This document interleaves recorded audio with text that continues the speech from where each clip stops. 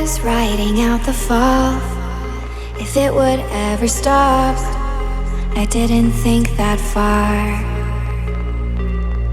I was opening doors to places I was not meant for. I thought I could return. I didn't know where I was going from there, trying to see what was over in the clear. It was right in front of me, right in front of me.